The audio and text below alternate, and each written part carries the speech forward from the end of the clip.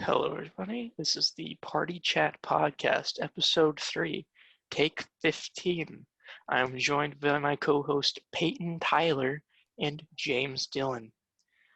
Today we watched the movie Come and See, a Russian film that was released in 1985. Um, but before we talk about that, how were your guys' days or weeks or lives?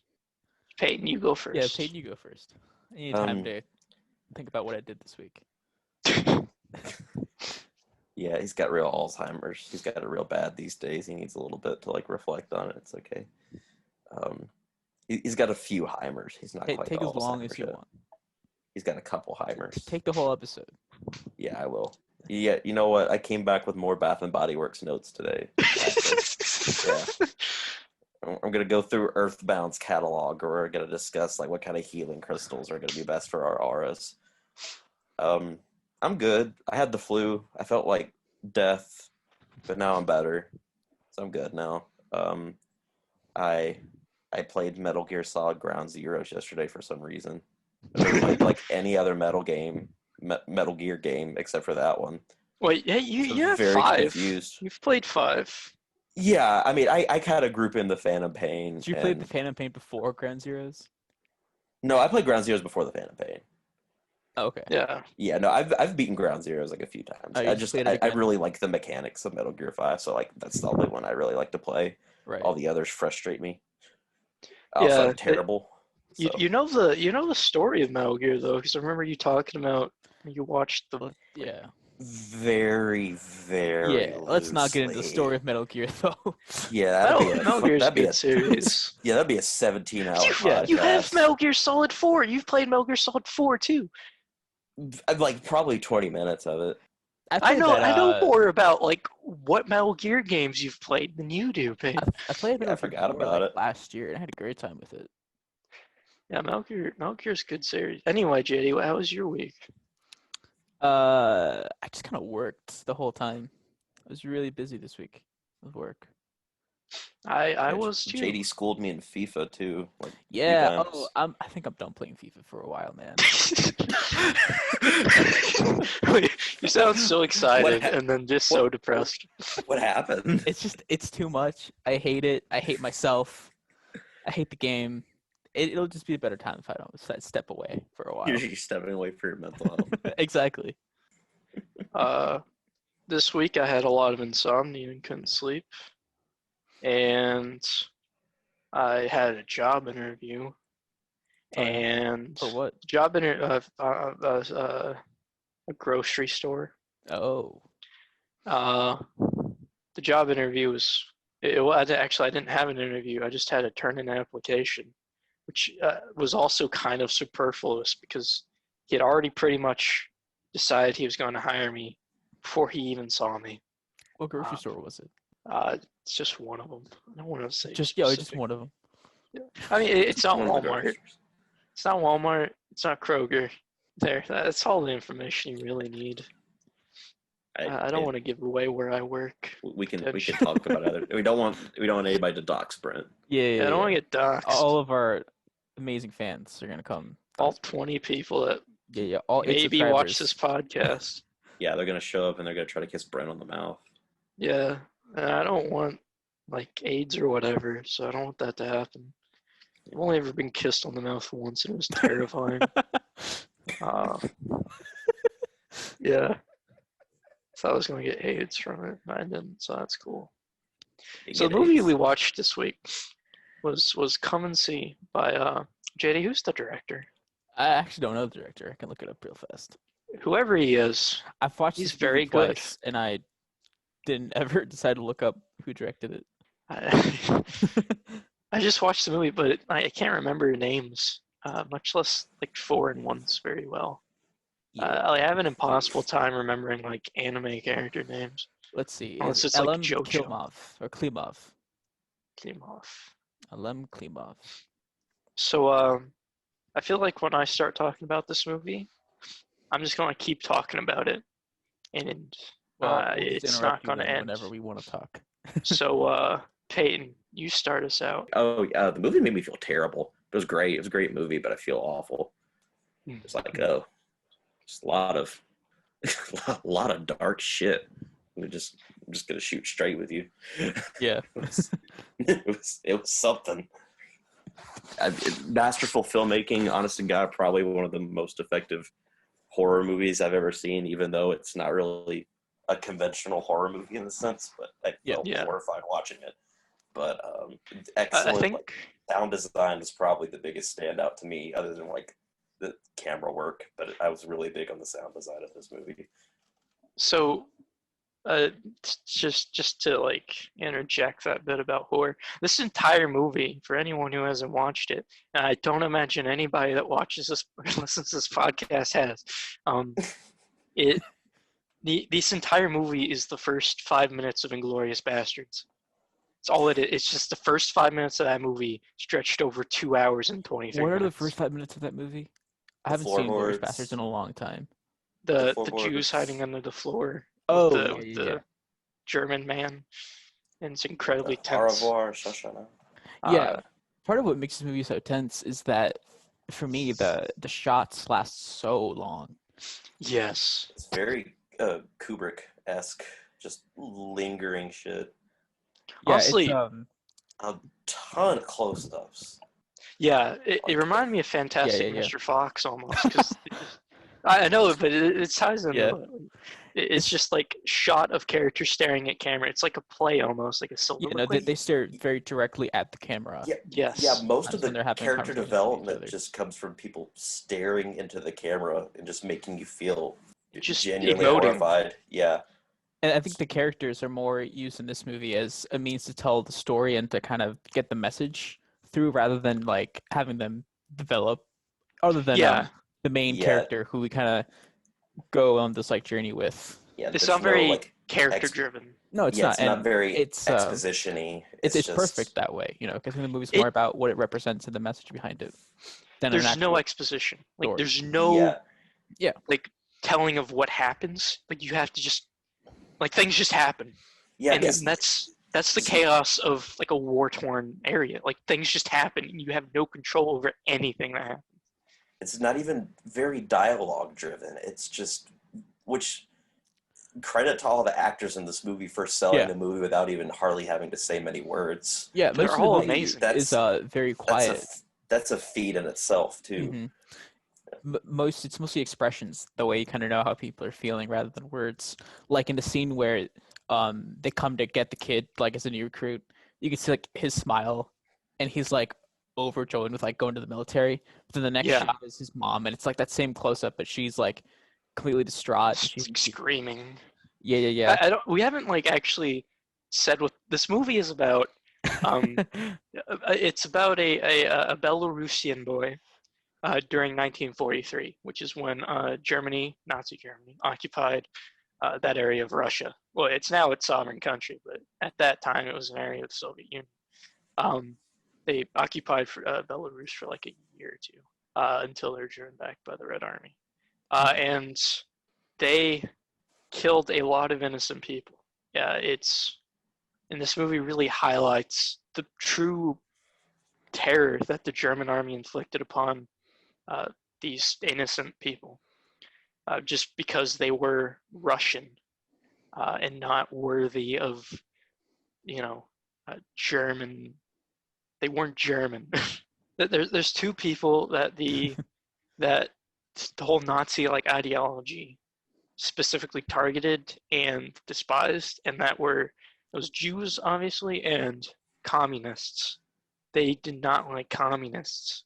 And so even like these people who had, they were just poor farmers. They had no real like effect or even really maybe even knowledge of the communist system. They were targeted just because scapegoats. I read in the trivia that they actually use live rounds for a lot of shots in this movie. So the shot where they're walking through the field with a cow, apparently those are like real shots being fired. Jesus. Yeah. You could tell too because they ricocheted. Yeah.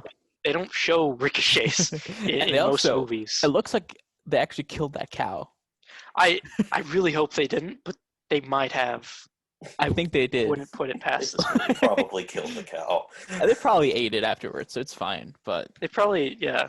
I mean, it's yeah, probably at least I going to hope die they ate it anyway. or something. Yeah. If you're gonna kill something, at least eat it.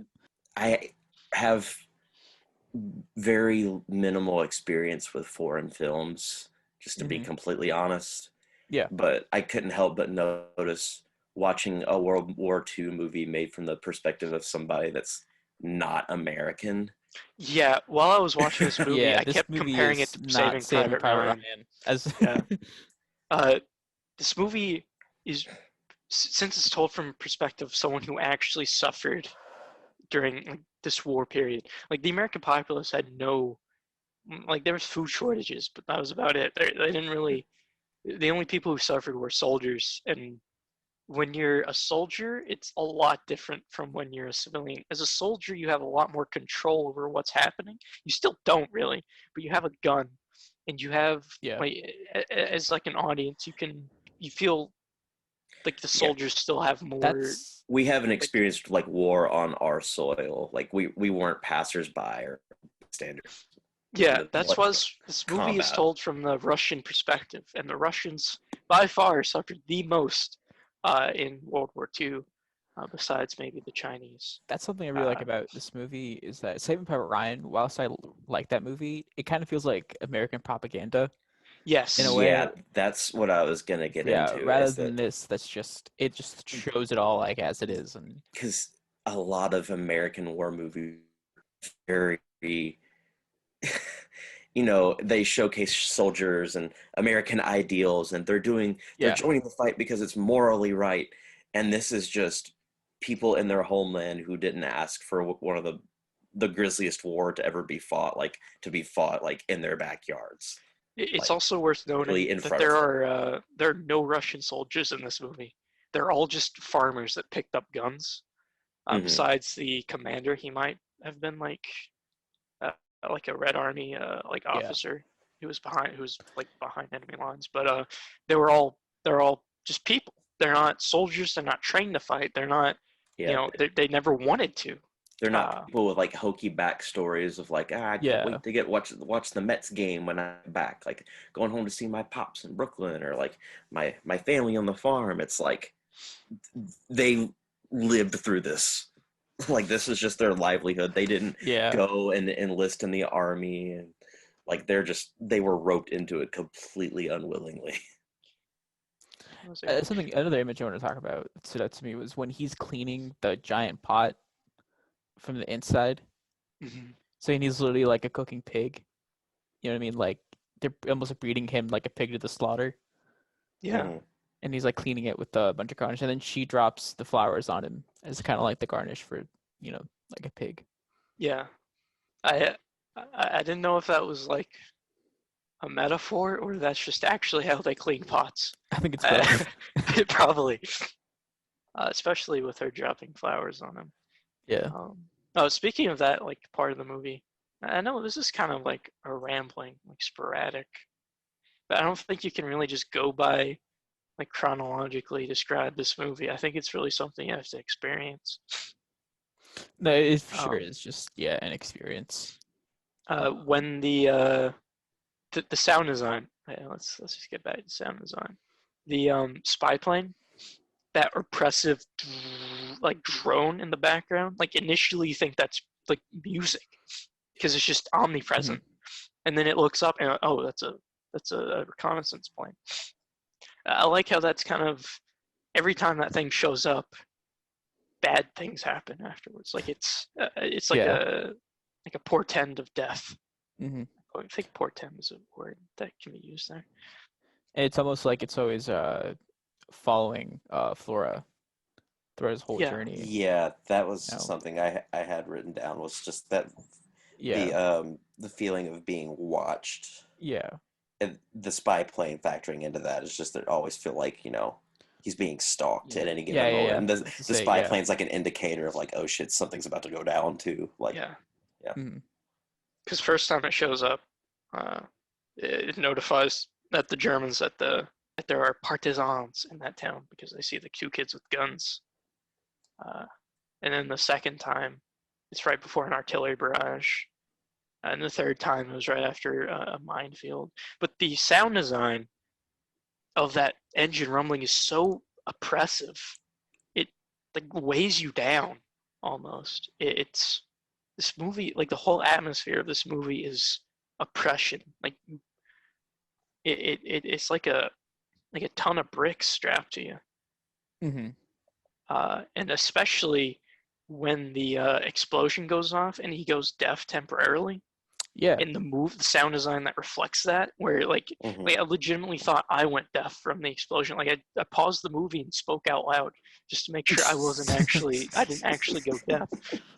That's how effective it Jesus. was at making me feel like I'd gone deaf, and like that it persists for like a day in the movie. Like, it takes forever until, and then as soon as it goes away, all the sound comes back, and it's these women screaming and crying, and it really just it really just like I think wraps your head in a blanket. I think even more than the sound design, I loved the visuals even more so. The Yeah, way that he filmed the movie and the camera, the way the that it natural lighting was yeah, amazing. the way that it slowly tracks, and it kind of just shows you everything with the kind of the title movie "Come and See."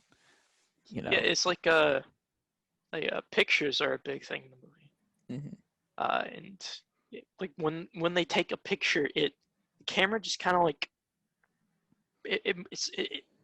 I don't know how they did it, but it makes it look like a panorama, or like a like all these things were perfectly. I don't know. It looks like a panorama, if you know what a panorama is. Yeah. Everything's just like a wide shot, that's another thing that like kind of harkens me back to like it being Stanley Kubrick-esque. But I was reading something about how because they were working with natural lighting, they had to kind of speed up the filming process because I mean they only had like so much daylight to work with, and they for that reason they had to work with some kind of I forgot what the technical term for it was, but some kind of like faster film method and made the film like in the camera like roll faster, and that's what gives the film like that really like ultra grainy look to it. But I feel like that serves like really well. Like I feel like it fits the movie perfectly. Like which I'm not normally like I'll throw in as much film grain in there as you can, but like it, in this movie, like sure go for it. Like it fits. It's not unnecessary. On top of that, just the actors and everyone on set just got really dirty making the whole movie. Yes. I mean, everyone has flies on them constantly and mud and that scene where he's like trying to run through like the bog and the mud. Yeah. Jesus. That's a scene where it's not even what's going on in theory isn't really that intense, but the way that it was shot and the way that the music came in that scene made it so that noise to just watch. And that kid, he was only 13 when they made this movie. Yeah, I thought he was like 15. God, Jesus. like no, he was 13 when they filmed it. Yeah, man, the way that his face changes and how fast he ages, literally, because of just how much stress and trauma he's going through during the film. Yeah, at the end of the movie, he looks that's a real thing. Hollow. Yeah, it's a real thing. He looks like he's 80 years old in the movie. It's like he became a U.S. president. Yeah. It's like 2008 Obama versus 2016 Obama. Yeah. It's a very real thing. Another thing I want to talk about is the Germans in this movie. This is the most realistic portrayal of the German army in any media. So in media, there's two ways you portray the German army.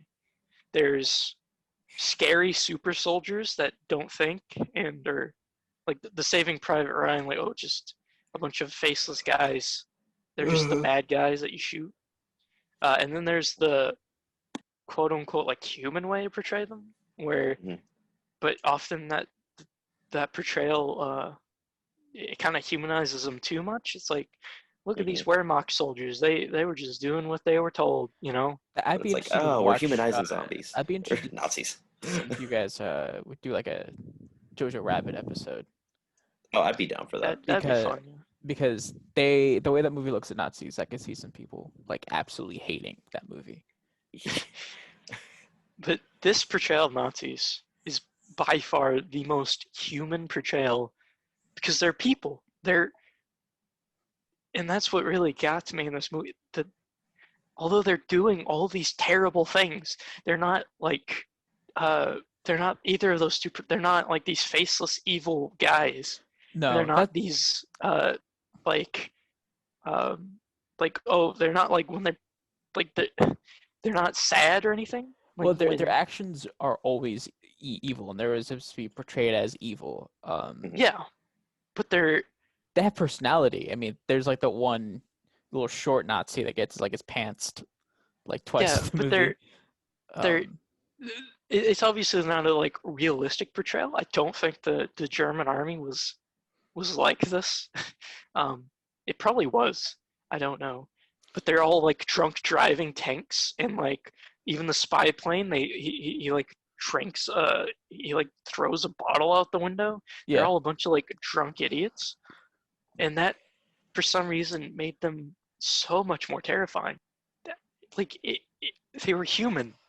They weren't faceless evil guys. They weren't like these super relatable like, oh, this guy has a wife and kids and he's just fighting to he doesn't really yeah. like Hitler. He's like Erwin Rommel. He's a And real cool it's guy. They're people, and that makes this movie so much more horrifying. See, These it, aren't Nazis yeah, doing these exactly. actions. Because These it's are like people it's doing saying these like, horrible look at things. these people like with free will. This is their choice to be doing this. yeah, You yeah, know? choosing to do this. That Mhm. was, but something this prompted me to like look into an aspect of World War II I haven't really like been familiar with, and I'm not as familiar with like the Soviet aspect of it. But how the German army, like how many of them recruited like local loyalists, which is something Yeah. that was The and that's touched on in the movie, is how a lot of like soldiers in certain areas for like the Germans were from like the local area, like they were from like Belarus or they were from Russia or the Ukraine, and a lot of them, and I was watching a video about it, were prisoners that they basically bribed, like, hey, like we'll get you out of here. yeah. Mhm. Uh, so during the Operation Barbarossa, when the German army you know, advanced on Russia. They were composed of it was a multi-ethnic army. It had Germans in it, had Romanians, Hungarians, Czechs, Austrians, Finnish, Latvians, Come do our bidding, we'll Lithuanians. bail you out of jail, or if they would like Well, liberate, no, quote these were unquote, just their liberate us. allies. These were their allies. They weren't even like forced to do this. This was Nazi Germany was allied with Hungary, Romania, and I think Bulgaria. Uh, and Finland, but Finland is much, much more complicated. Lithuania and Latvia were fighting for their independence from the Soviet Union already. Same with the Finnish, kind of. So, like the German army was during this time was not only composed of Germans but these multi-ethnic peoples. The SS, the Schutzstaffel, the real bad guys that most uh, films like portray as evil, which they were, recruited a division. It was extremely diverse. They recruited. You wouldn't expect the people who uh, were the main doers of the Holocaust, but they were extremely diverse. They had there was Latvian SS, there were Lithuanian SS, there were Belgian SS, there were Dutch SS, there were French SS, there were even British and American SS. Uh, there were North African SS, there were Indian SS. They had a basically division of SS for every ethnicity. Um, and I think that's like that one guy at the end, who's like a very German-looking fellow. He's not German. I don't know what language he spoke, but he's not German. He specifically calls out the Oberst, the officer guy. He specifically calls him out like, you a typical German. And he's an SS guy. He's from somewhere, and it really shows the spread of German propaganda, how it infected not only Germany but like every European country. Um, I don't know where the. I don't know how you got to that. What do you mean? No, I'm kidding. I know I was rambling on for a bit, but the I just really like the portrayal of the German army here. It's the most terrifying portrayal of any war people because they're not romanticized. Like Yeah, they're I not. mean, They're humans. They're just they're people, given and they're enough, doing these horrible things. and they're enjoying them. Yes, like it's Yeah, specifically in the church Yeah, scene, how they like make it they're like yeah, the juxtaposition of like the people burning alive inside, and then the people outside looking like they're watching like a dinner show. I mean, they're all They're all- excited for it. Yeah, they're really all like living for it. ecstatic. Like, it's a party. Yeah, like they're And watching a it's- football game. Yeah, and that's the way they dealt with shit like this. Like you couldn't, you would have to have some kind of escapism in order to do these horrible Yeah, things. man. The part that still like haunts me every time I watch it is when the building's burning and you see the door. They're trying to Like- break the door down, but you see it from And the it just outside. stops. Yeah, Yeah, And all man. you see are flames. It's The way that scene was filmed too was crazy. I mean, they had the guy on the top, and as they're throwing Molotov like cocktails at it and setting the church on fire, this dude jumping off of it, mhm. like while just fire erupts next to him. I mean, that must have been crazy to film. Yeah, this movie He's is like- a technical marvel. This director just putting people's lives in danger like constantly. I mean, it was a Soviet film, Yeah, and that's another. This movie never felt like propaganda, Oh, yeah. which was very surprising to me. There's Yeah, it no was Red Army. I don't very know. straightforward. no one came in and saved the day at the last second. It was just like, That's what I here's really what wanted happened. to happen. Honestly, I really wanted yeah. just Stalin to I was pop so out of a pissed. T-34. I and was shoot so all pissed during the Germans. whole church scene of the film. I did want like Saving Private Ryan, like the artillery to come in and save everyone, but Yeah, I mean, I'm glad Tom it didn't Hanks shows happen up. for like the sake of the movie. yeah. You know? But this movie really makes you feel like you have no control. Yeah, It really hammers home the helplessness that Yeah. people do feel, like definitely civilian populations Yeah. feel during war. and that goes and- again with the title. Not to bring the title again, but with the come and see, like you're not coming and doing anything. It's you're just watching because that's all you Yeah. can do. You can't do anything.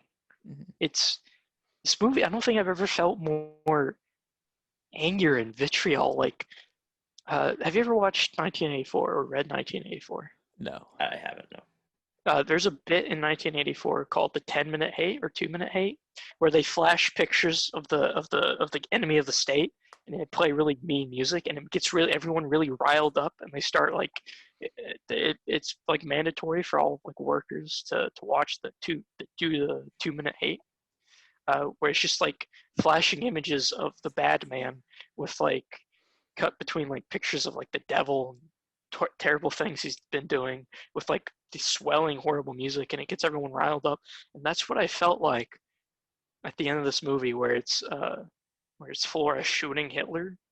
hmm Like I felt this divine anger inside of me, like welling up inside of me, and it felt very much like the 2-minute hate from 1984. Yeah, there's a lot in this movie that's like you were saying earlier, that's out of your control and you can only watch. And I thought a nice kind of visual signifier to what was to come is when he's just like walking through the woods and he steps on the bird's eggs. Yeah, And breaks them. That was horrifying to me. yeah, Like, genuinely, and I thought that was a nice little visual cue. It's like, oh yeah, like this is kind of what he's talking about, where you have no control over what happens, and the youth are dying, and there's really nothing anyone can do about it. And you just have to Yeah. kind of watch. I don't it. know if you noticed it, but the heron, I guess that was its young, like follows him around because it can like detect Yeah, that, yeah. that its young was on his like boots. Yeah, when it comes in and looks in the tent. Yeah, and you can still see it in the background until he gets to the village. hmm It's just wandering around, still looking for its babies. And I imagine that's how a lot of Russian mothers felt at the end of the war. Yeah, it's a nice little metaphor and parallel for actual humans. It's- Very it was so yeah, good. a lot to talk about. Yeah, I really, there's a lot to unpack with this one. I didn't expect to feel like catharsis like at the end. I thought the movie would just leave me with this anger inside of me, but it resolves itself so nicely. Like immediately after the German like army group leaves, the first thing you see is them being shot to hell by the partisans. You don't see the partisans. You don't see like any real fighting honestly, No, in yeah, this you just see movie. the aftermath of what You happened. see the aftermath, and it's just uh, like a bunch of dead Germans of these dickheads, and like that instantly made me feel a lot better. Or definitely when at the end, like the entire end is just them interrogating, uh, like figuring out how to deal with Yeah, these yeah. Germans. And I also like that it didn't end up actually like burning the Germans to death, because I it wish showed they did, yeah, but it really did show like they're going to stoop to their level. You know, it's like we're not Nazis, we're not monsters but like you guys are. but And I think that was shown when the guy with the torch just at the end just drops it and it extinguishes yeah, the water, kind of signifying like we're not going to stoop to your level. I did love that bit, but uh, the Soviets would have burned them alive. No, I totally This- get it. I totally get it. like, As like a filmmaking decision, I like that it went yeah, that route. and they were partisans. They weren't part of the Red Army, but the Soviets had they didn't let the 628 villages that were burned to the Yeah. ground. No, They didn't I'm let that sure. go. Yeah, yeah. No, I'm sure not. And in real life, yeah. But as like for what the movie's trying to say, I think it worked really well. Yeah, I really love that, like the subliminal Hitler message that at the end where he's shooting Hitler and he stops when Hitler's a baby. It's like even the guy who caused all of this is still a human. Like even he was a baby once. Even he was a child at one point. Hmm. What was interesting, I was telling about Brent earlier, is the original title for this movie, or at least what he wanted to call it, was "Kill Hitler," which is funny because like this movie came out in the '80s. You know, Hitler was long gone by that point. That does sound like a Rambo knockoff. You know, it's like it sounds like an Arnold Schwarzenegger project. Mhm. Kill Hitler. And he's like, oh, I'm going to go into. I'm going to kill Hitler, and he like impersonates people because he's German. He sneaks up to Hitler and goes. It's like Inglorious Bastards. Inglorious Bastards should have been called Kill Hitler. Yeah, that would have actually like worked as a title for that movie because they kill Hitler. Spoilers. Damn, man, just spoiling Glorious Bastards. What the fuck? Yeah, you can censor me with Tarantino saying the N word or something. Oh, Quentin. It's a good. You should censor it with like a picture of Quentin Tarantino's feet somehow. Although Do it's we an have audio any podcast. final thoughts on Come and See? I love this movie. It was so good. It's a masterpiece, man. It's a movie that you can't watch very often. No, I don't ever need It's to not watch very this movie again. rewatchable. It's burned into my mind. Yeah, I don't think there's just not many war movies made like that, and I don't know if we'll ever see one truly made like that in America. To be honest with you, I like don't America's just all about glorifying war. This movie is yeah, very definitively an anti-war movie. Oh, absolutely. yeah. Yeah. It's Well, like actually, Kubrick there's made a no great. romanticizing of this at Uh, all. Kubrick made a great anti-war movie with Paths of Glory. Yeah, I was gonna watch You Yeah, guys that. have that's seen on that. my list. It's a great movie. I love that. I think I like Come and See more, but that's taking nothing away from Paths of Glory, Mhm. which also strikes up a big discussion about war and the morality of killing someone and stuff like that. It really is truly strange that we don't see more war movies from the civilian perspective. Now, again, They're I out think it's there. because they're not very marketable. Like, there's I don't think I've ever seen like a Hollywood movie from like anybody's perspective other than the soldier. I'm sure they're out there. I know they're out there. I just can't think of the title of the movies right now. They probably are, but because it really war is bad. You're right. I It's can't kind of a hot express take, Brent, but I think you're right. well because as someone who's very interested in military and military tactics, especially like the German army, makes me feel disgusted. For like War Thunder, I like the game War Thunder, where you drive around in tanks, and the tanks I've driven around the most are the German tanks. And watching this movie made me feel bad about that. How can I play even like Like Call of Duty.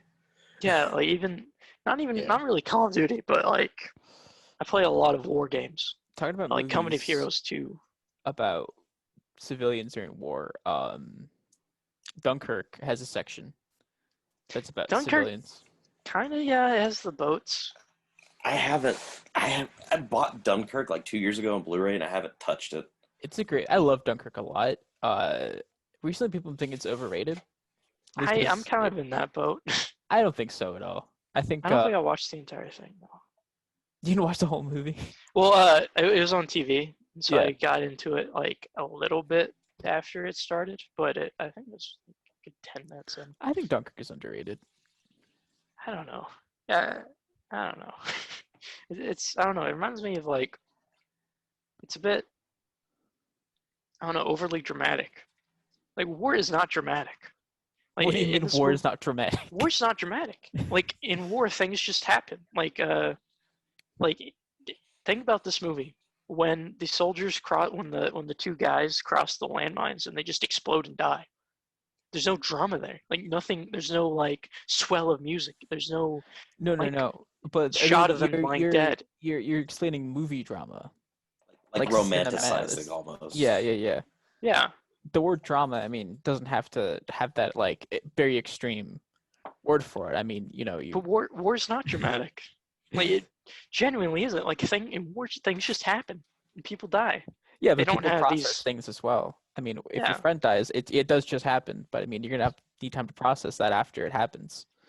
Yeah, but there's no like, like in this No. movie. There's war is not movie drama.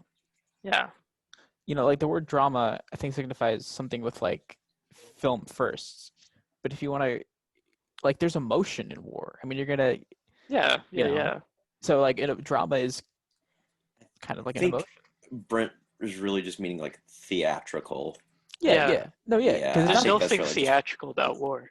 Yeah, I think that's really. what no, it's yeah. trying There's to nothing say. theatrical about war. Yeah, but there's a lot of emotion in it. Yeah. Obviously, I think it just meant more like drama in the sense of like Shakespearean drama and the origins and all that stuff. Like, Yeah, there's like no course not. build up and there's no poetic justice. It's just Well, there's no a theatrical cruel, that cruel bitch. in the world anyway. I mean, like, angels Yeah. don't sing, or the lights don't shine when you see someone. I do really like how things just happen in this movie. Like, there's no prelude. Like when they're carrying when they're trying to get the cow out of they're milking the cow, and then just flare, and then. Yeah, Like- it's not like the traditional like 3-act structure. Like, here's where our protagonist is going to hit its low point. Something bad's about to happen. It's just like completely unpredictable. Like it was. Probably living through it. Yeah. Like there's no reason anything anymore. Things just happen. Oh yeah. People are told to do something and then they do it. And then they either die or they live. There's no skill that goes in the war. It's all just luck. Why yeah. Flora, the only reason Flora lives through the movie is he's just lucky. Like that's all there is to war. That's all there is to surviving war is luck. Just the vain hope you don't get shot. Well, do you guys have any final thoughts? Watch the movie. It is a very good movie. JD? It's a kind of a masterpiece. Yeah, no, look, same for me. You guys should watch more Russian movies. They're also, if you want to watch Andrei Tarkovsky films, they're also like 3 hours long,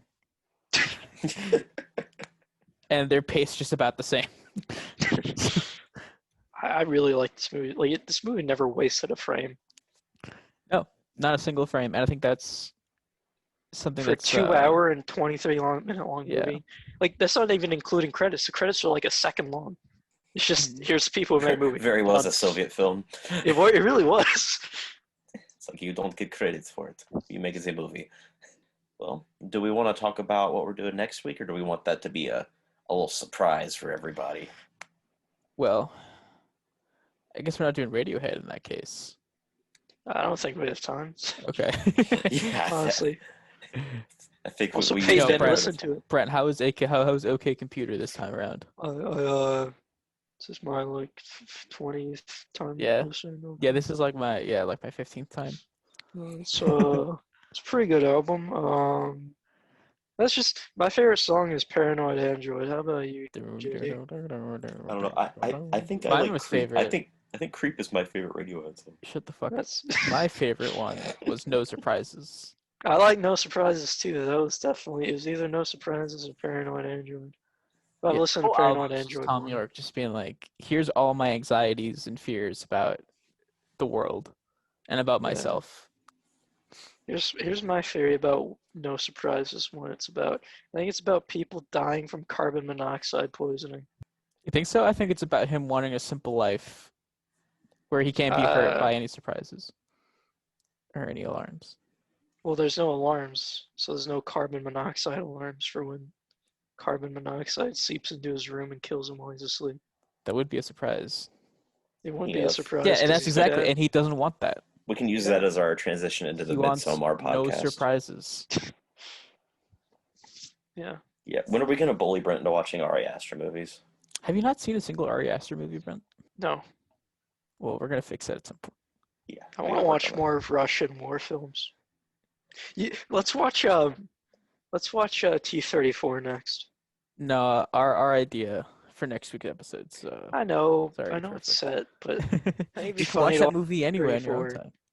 T-34 is the exact opposite of Come and See.